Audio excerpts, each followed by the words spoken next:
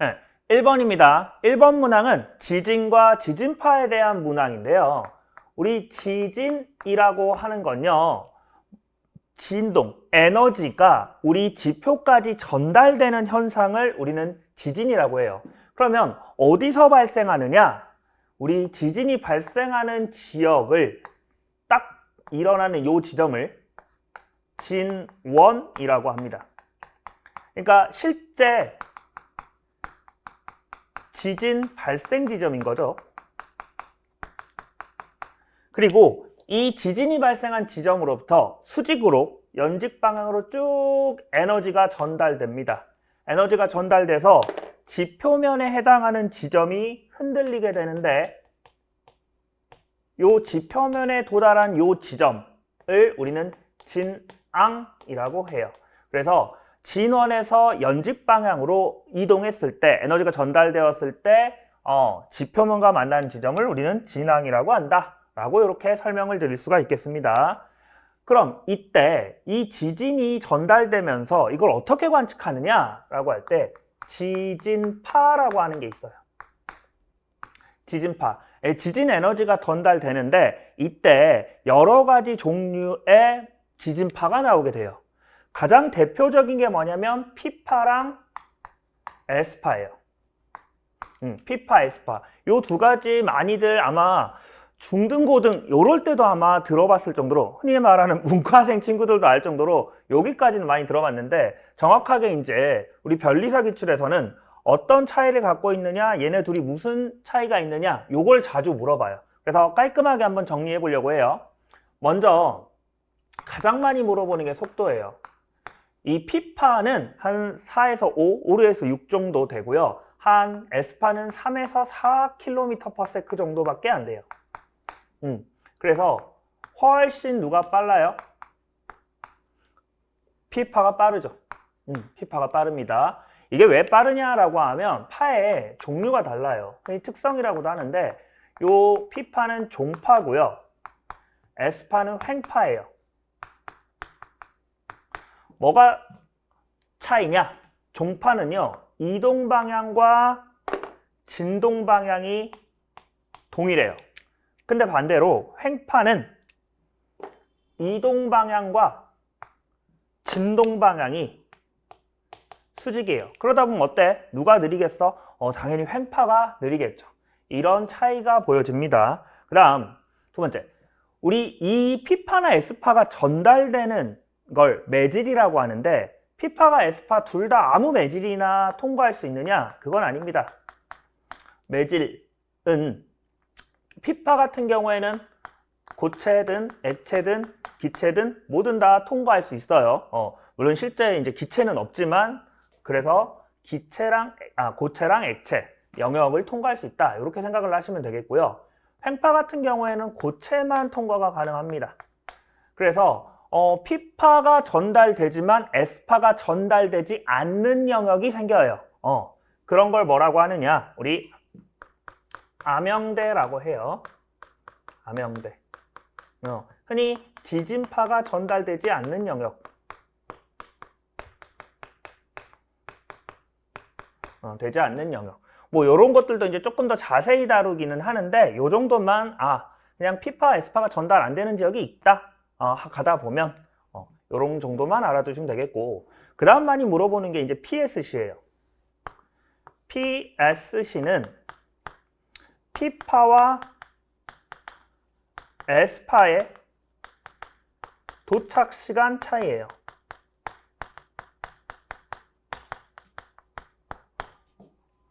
즉 빠른 애랑 느린 애랑 동시에 출발했어. 그러면 먼저 도착하는 친구가 있고 나중에 도착하는 친구가 있죠. 그럼 누가 빨리 도착해? 당연히 속도가 빠른 애가 그 다음 나중에 느린 애가 도착한단 말이지. 그럼 이때 도착 시간의 차이가 있겠죠? 그걸 PSC라고 합니다.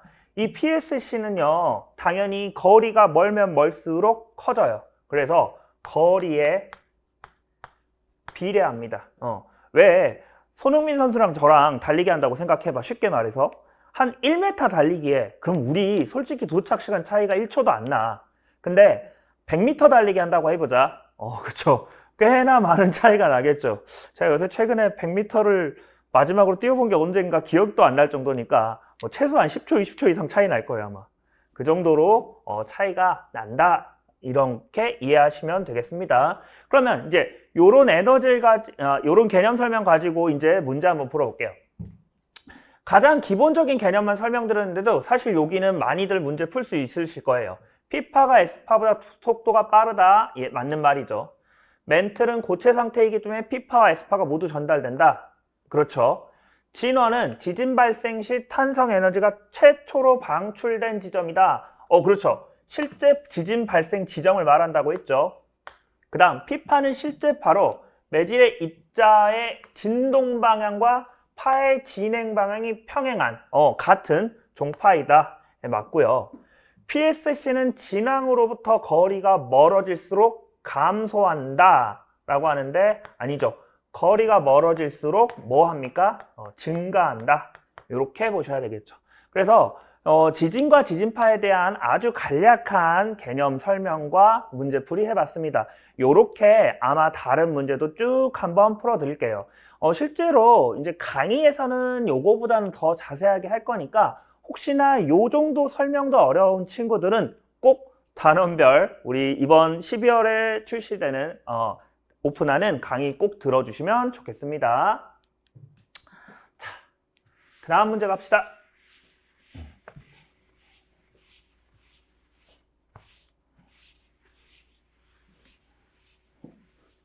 자, 2번입니다. 퇴적 구조에 관한 설명으로 옳은 것만 보기에서 있는 대로 고른 것은 인데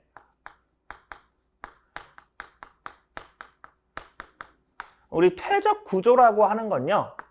퇴적 당시 그러니까 막 퇴적물들이 쌓여요. 쌓이다 보면 환경에 따라서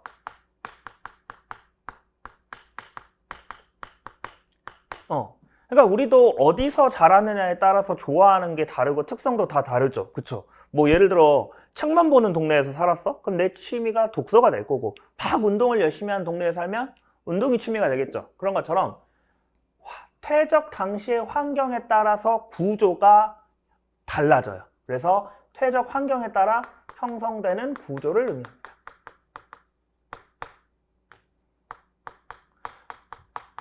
그럼 다른 말로 하면 이게 무슨 뜻이냐면 역으로 퇴적 구조를 보고 뭘 유추할 수 있어? 환경을 유추할 수 있다 라고 하는 거. 또 퇴적 구조를 보고 형성되는 과정에 대해서도 유추할 수 있어요. 그래서 실제 시험 문제에서도 이런 게 자주 나오죠. 그럼 퇴적 구조가 얼마나 많아요? 엄청 많아 보이지만 실제로 우리가 시험에 나오는 건 크게 4가지입니다. 4가지에 대해서 간단히 한번 설명드려 볼게요. 맨 처음에 점이층리.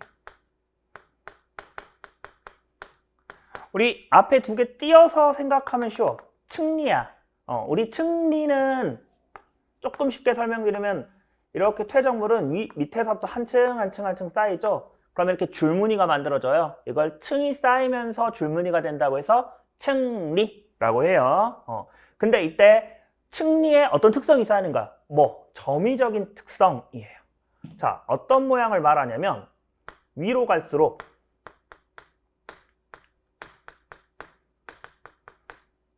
입자의 크기가 커지는 구조예요. 왜 입자의 크기가 커져요? 라고 설명하면 이제 2가지 환경과 과정이 있어요. 이 점이층리는 대체로 수심이 깊은 곳에서 많이 생성돼요. 수심이 깊어. 그러면 떨어질 때 시간이 좀 걸리겠지. 그럼 아까 우리 PS 설명한 거랑 좀 비슷해. 빨리 떨어지는 애가 있고 늦게 떨어지는 애가 있어. 근데 우리가 누가 먼저 떨어져? 라고 쉽게 생각하면 요새 연예인 아이돌 중에 누가 가볍죠? 장원영, 안유진, 아이브 핫하죠. 저랑 같이 번지점프해서 툭 하고 뛴다고 한번 해봅시다. 누가 먼저 떨어질까요? 제가 한 10초 이상 빨리 떨어질 것 같아요. 왜? 무거울수록 빨리 떨어져요. 퇴적물들도 마찬가지예요. 입자 크기가 클수록 침강 또는 낙하 속도가 빨라요. 그러다 보니까 어떻게 구조가 만들어지느냐? 큰 놈이 밑에 쌓이고요. 작은 놈들이 위에, 작은 놈들이 위에. 이런 식으로 쌓입니다. 이제 이 문제에서는 역전을 고려하지 않았는데 만약에 이제 형성된 뒤에 역전되면 어떨까요? 큰 놈이 위로 가고 작은 놈들, 작은 nom들 이런 식으로 하겠죠.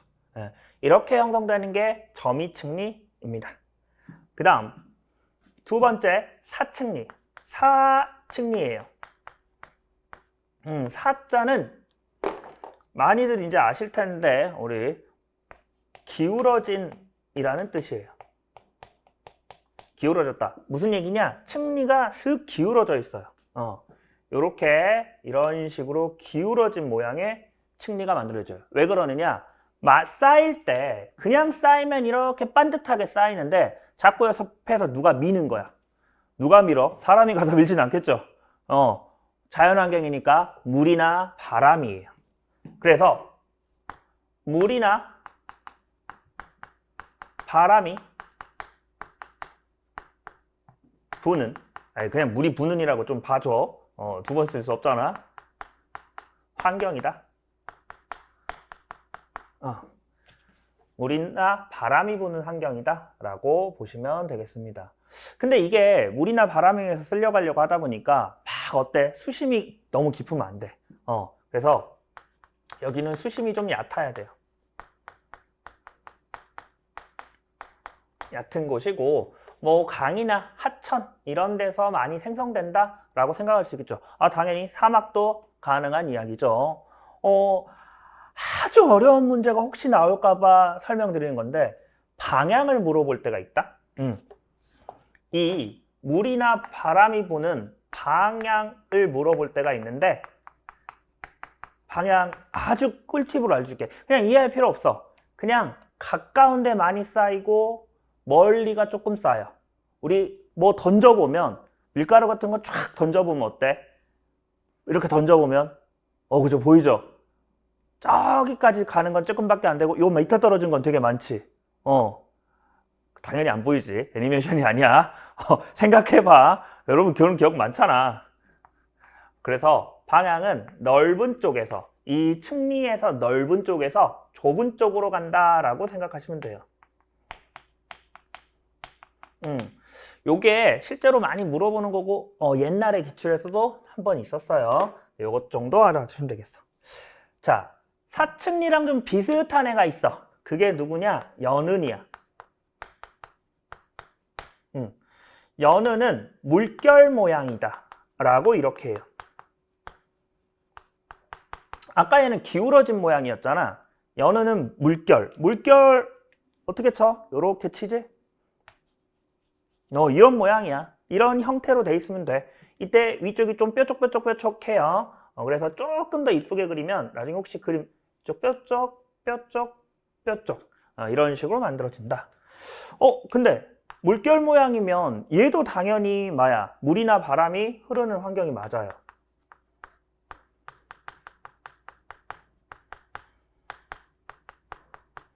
환경인데 이게 조금 전공적으로 가면 조금 사측리가 바람이나 물이 센 거고 연은은 살짝 약해. 근데 이게 우리 입장에서 구분이 힘들죠. 그래서 그냥 이분법적으로 할 거예요. 그냥 얘는 방향을 유추 못할 정도다 라고 이렇게 기억하시면 좋아요. 그러니까 얘는 방향을 잘 몰라. 유추가 잘 안 돼. 이런 것들 있다 라는 거 알아두시면 되겠고요. 얘도 당연히 수심이 낮아야 돼. 수심이 얕은.